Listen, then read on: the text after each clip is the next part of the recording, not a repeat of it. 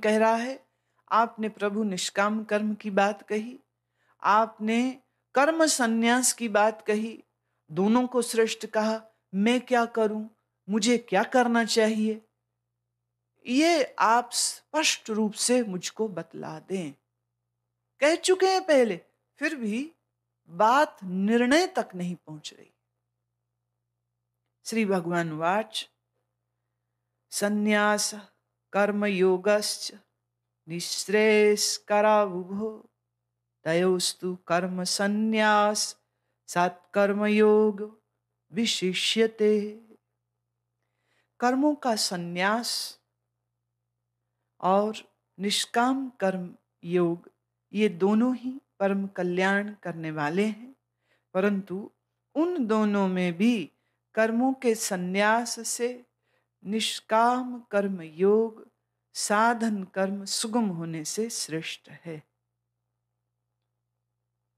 कर्म संन्यास का अर्थ क्या है, थोड़ा उसको सार रूप से मैं फिर कह देती हूं।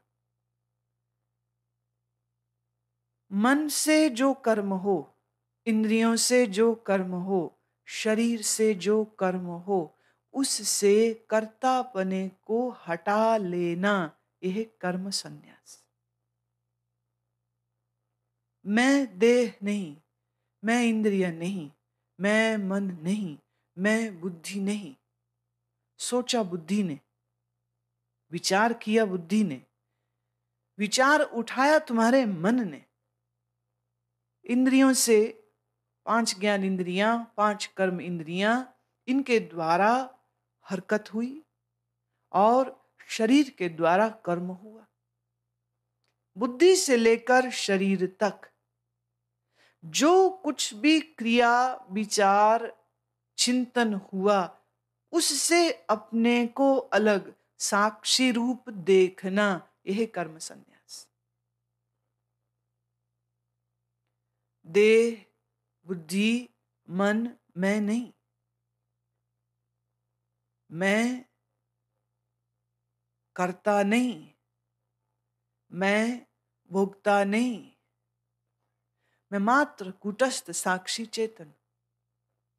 I am just the witness, and in front of me the intellect thinks, the mind creates the modifications, the senses function, and the action happens through the body, physical body.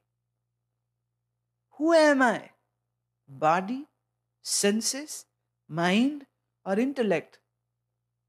ज्ञान says none. ज्ञान क्या कहता है?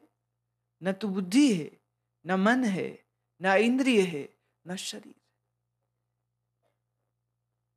दूसरे अध्याय में प्रभु बहुत सुंदर कह चुके हैं, देह से मैं अलग कैसे हूं, मन से अलग कैसे हूं, बुद्धि से अलग कैसे हूं, कर्मों का साक्षी हूं, ना कर्मों का प्रेरक हूं, ना कर्मों का सृजक हूं, ना कर्मों के शुभाशुभ फल का अधिकारी। कर्म से स्वयं को पृथक कर लेना, और वो कैसे होगा? जब देह मन बुद्धि से अपने आप को अलग देखेगा, तब ही कर्म संन्यासी हो सकेगा।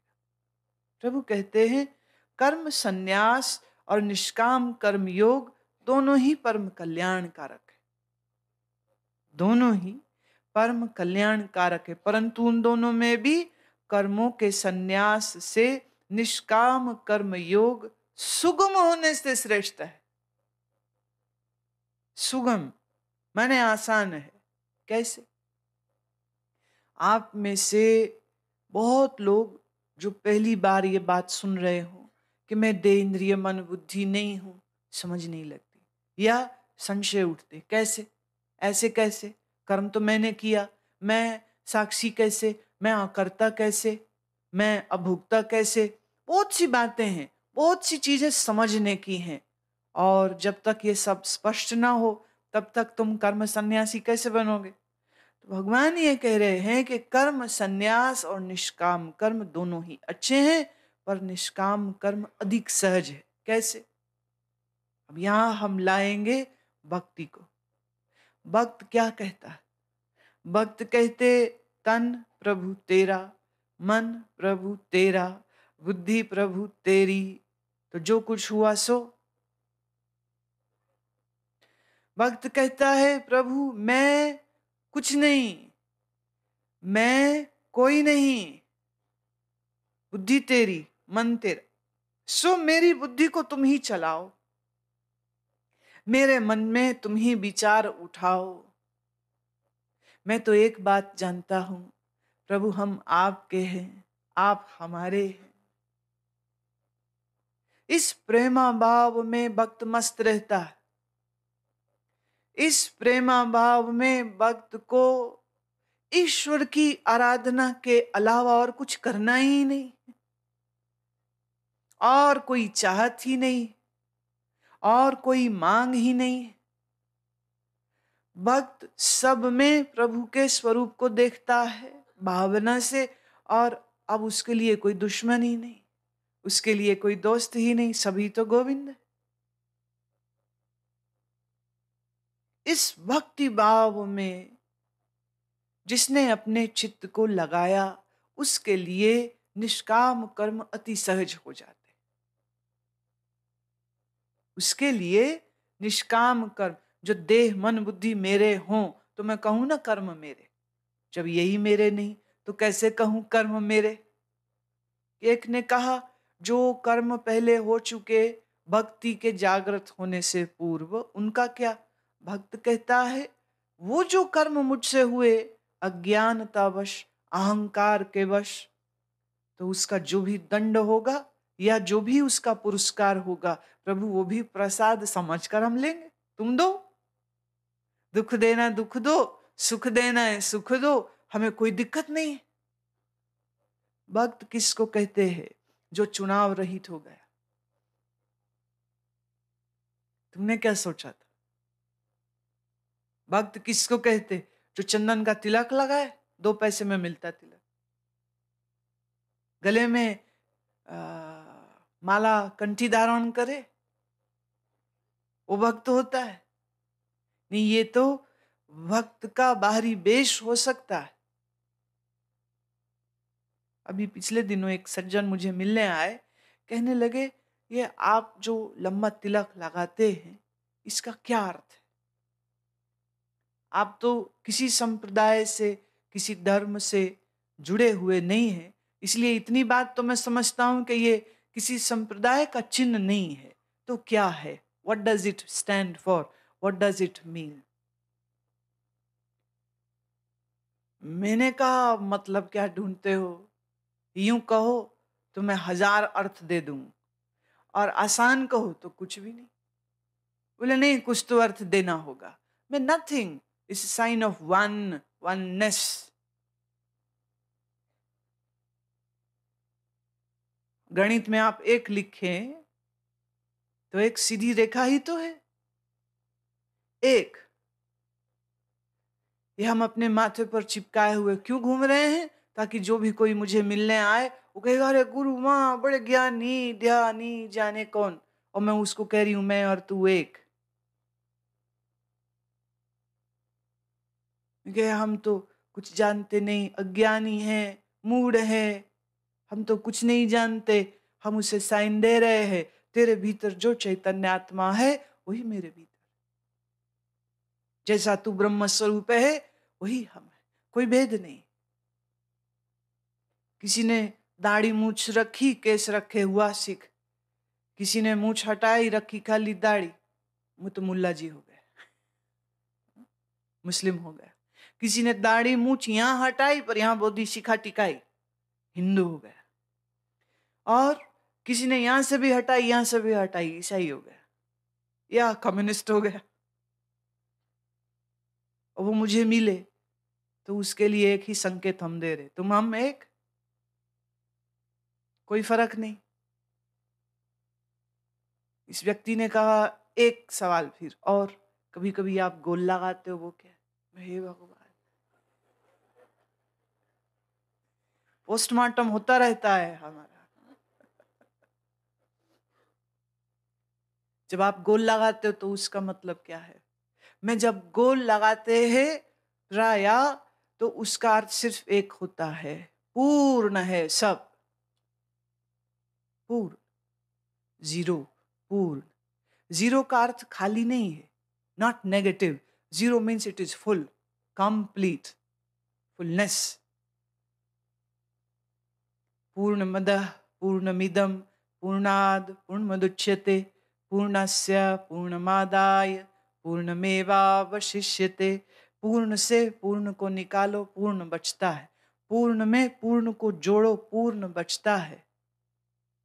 और वो पूर्ण कौन? उसी अस्तित्व को इंगित करता है।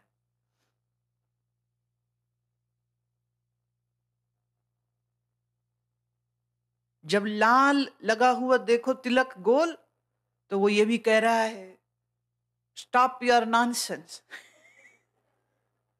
Put a full stop on your stupidity and nonsense. How long you will remain a fool?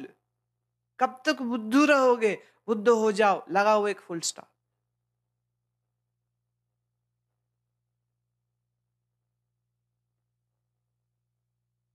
भक्त खाली कर देता अपने आप को। भक्त कहता मैं कुछ हूं ही नहीं, जो है सो तू है। जैसा भी है मैं, ये मेरा मैं तुझसे अलग नहीं। तो मेरे प्रभु जी, आप जो मुझसे कराओ वही अच्छा, जो मुझको दो वही अच्छा। सुख के दुख, मान के अपमान, लाभ के हानि, सब अच्छा है। संजोग के विजोग, जो दो सो अच्छा है। जो दे वो तेरा प्रसाद है, और वह तेरा प्रसाद मीठा है, और तेरे इस मीठे प्रसाद को मैं अंगीकार करता हूं। निष्काम कर्म योग। क्या है निष्काम कर्म योग? कुछ भी कर्म हो वो प्रभु के निमित्त हो, प्रभु को समर्पित हो। मैं क्या, कुछ नहीं।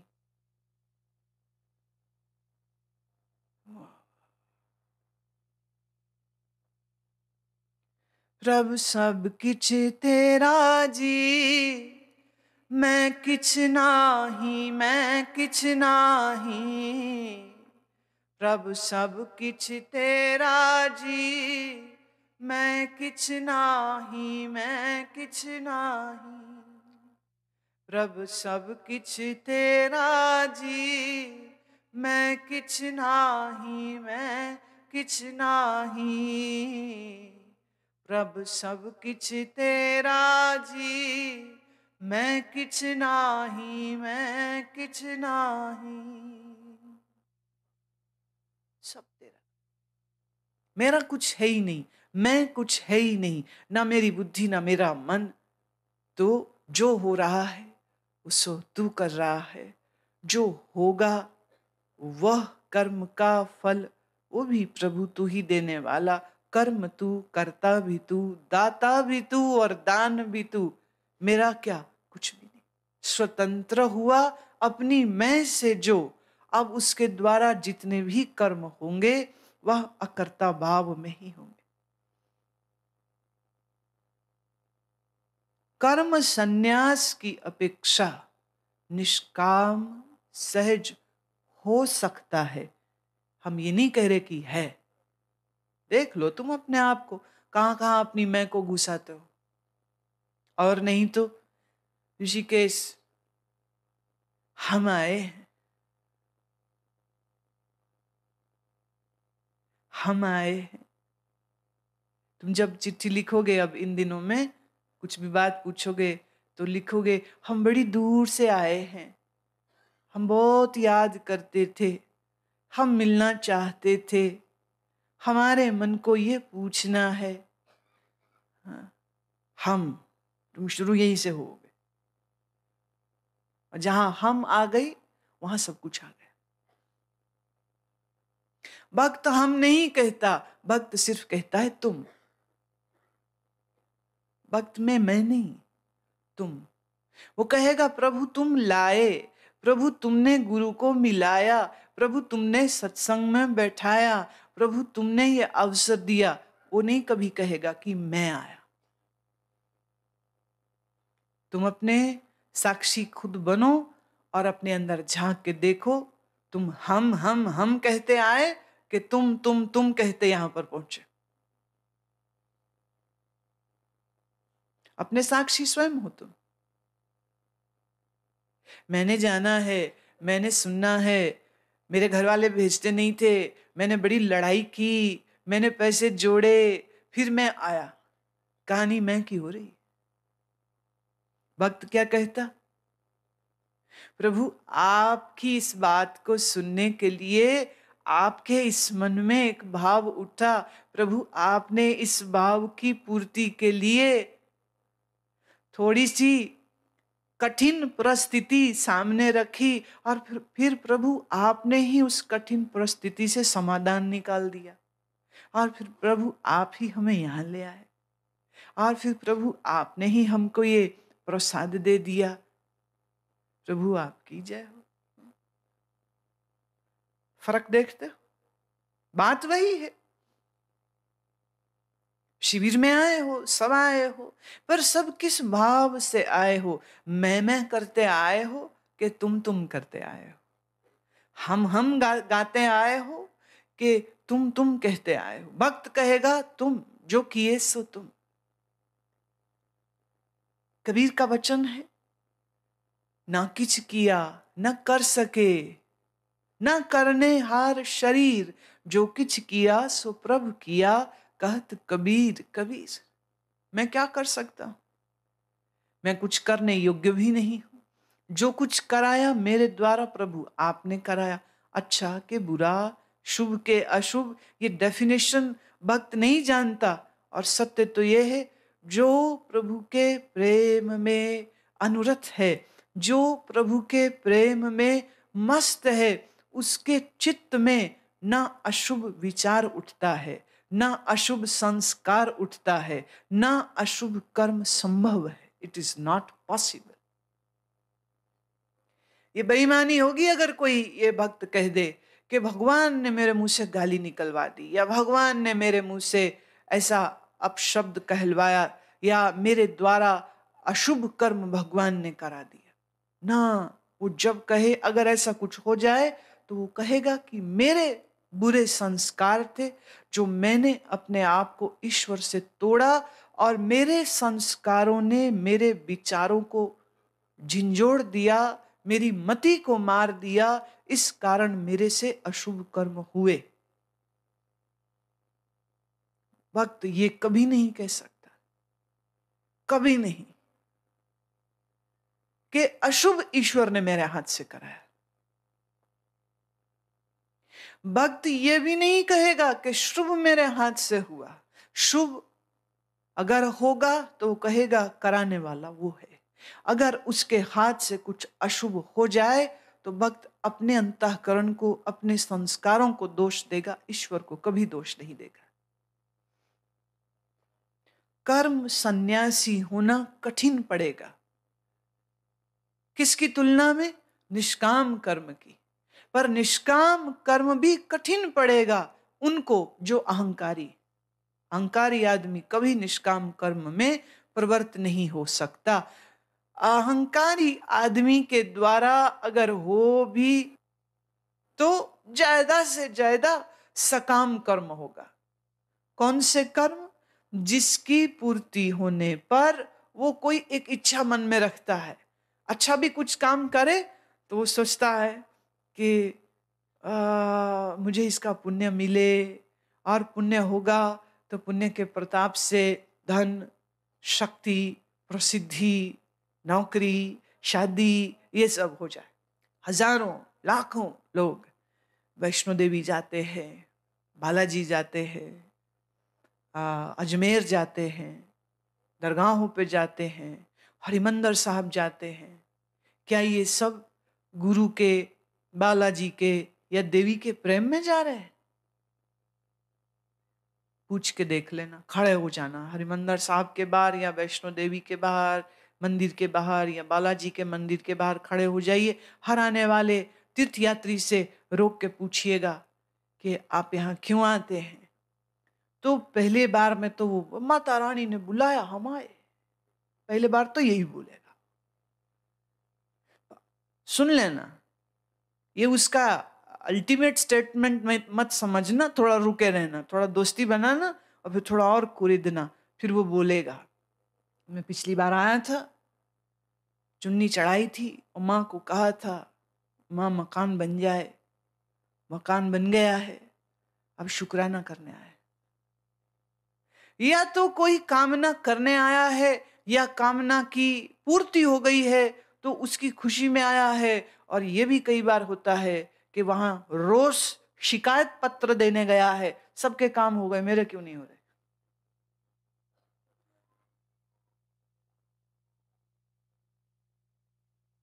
सकाम कर्म, दान भी देगा तो उसमें भी कुछ स्वार्थ है, कहीं लंगर लगाए तो भी उसमें कुछ स्वार्थ है, दर्शन करने जाए उसमें भी कुछ स्वार्थ है, जप करे तो उसमें भी कुछ स्वार्थ है।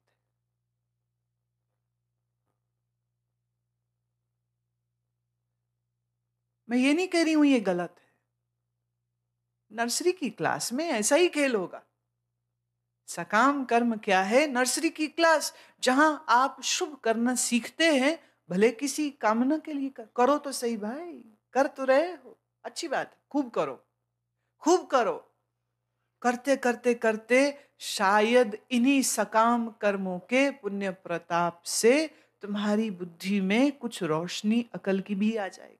शायद, जरूरी नहीं कि आ जाए, शायद मैं इसीलिए कह रही हूं, perhaps, may be, it's a big question mark. जो आदमी किसी भी कर्म को करने से पहले ये पूछे इसके करने का फायदा क्या होगा। एक सज्जन ने मुझे पूछा, आप कहते हो सुबह जगना चाहिए ब्रह्म मुहूर्त में, क्या फायदा होगा उसका? जो हर बात में फायदा पूछे कि जब का क्या, ध्यान का क्या, क्या फायदा होगा, तो वो भक्त नहीं, व्यापारी है। व्यापारी कोई भी काम बिना नतीजे पर ध्यान रखे वो कर नहीं सकता।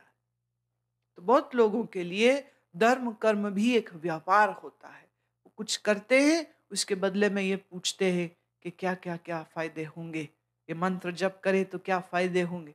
अक्सर आपने देखा होगा टेलीविजन में बहुत सारे ज्योतिषी आते हैं और वो दिन का आपका हाल सुनाते हैं, भविष्य फल बताते हैं।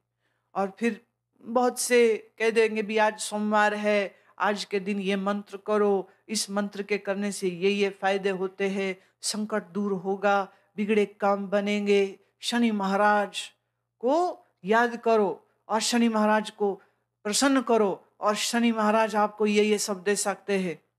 अब जब आदमी सुनता है ये सब बातें, संकट किसके ऊपर नहीं, मुसीबत किसके ऊपर नहीं, किसके हाल बुरे नहीं हैं, करोड़ों लोगों के हैं। अब ये जो करोड़ों लोग सुनते हैं कि अच्छा ये करने से ठीक होगा, तो आप देखो शनिवार के दिन कितने ही लोग वो ढूंढ ढूंढ रहे होते हैं तेल वाले को।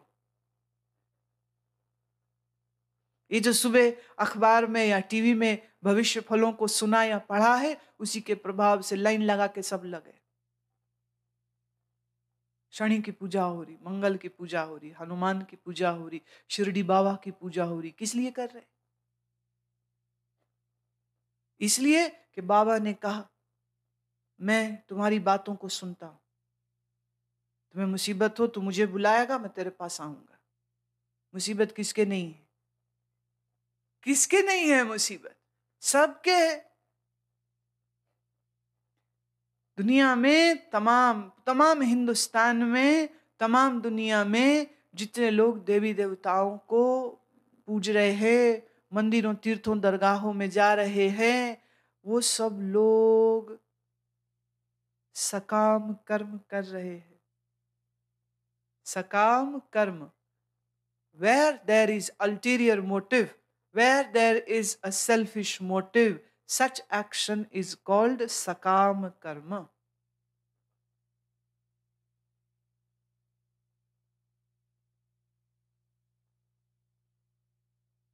एक व्यक्ति ने मुझे बताया कि उसके पंडित ने कहा कि देख, तेरे पुत्र तब तक नहीं होगा जब तक तू कुत्ते को मीठी रोटी नहीं खिलाए। कहता अब कुत्तों से मुझे हमेशा डर लगा है, पर जब ये बात सुनी कि संतान की प्राप्ति, वो भी पुत्र की प्राप्ति तभी होगी जब ज्योतिष के अनुसार जो उसको ग्रह दशा है वो ठीक करने के लिए कुत्ते को रोटी डालो। फिर मैं बड़ी हिम्मत जुटाई, रोटी मीठी बनवाई और बनवा के निकला घर से बाहर। बाहर ही दो दिख गए। पहले तो खुद डरता रहा, कुत्ते को लगा मैं डरा रहा हूँ, सच में मैं डर रहा था उससे। कुत्ता डर के भागने लग गया, मैं कुत्ते के पीछे, कुत्ता आगे। रोकूं कैसे? और कुत्ते की स्पीड बड़ी तेज होती। आदमी भाग रहा हो, वो भी मोटे पेट वाला, और कुत्ते की, कभी तुमने देखा मोटे पेट वाला कुत्ता? ना, बड़ा मुश्किल। बोले एक कुत्ते तक मेरी पहुंच बनी, पर जैसे ही थैले से रोटी लगा निकालने, कुत्ते को पता नहीं क्या सूझा, उसने मेरे को काट दिया। खून निकलने लगा, लहूलुहान, और बोले सब छूट गया। फिर 2 हफ्ते बाद हिम्मत जुटाई, मैं कुत्ते के पीछे, कुत्ते फिर आ गए। बड़ी मुश्किल से एक कुत्ते को मैंने पकड़ा, 2-4 लोगों की मदद से। वो बेचारा इतना डर गया, और मैं उसको रोटी दूं वो खाए नहीं।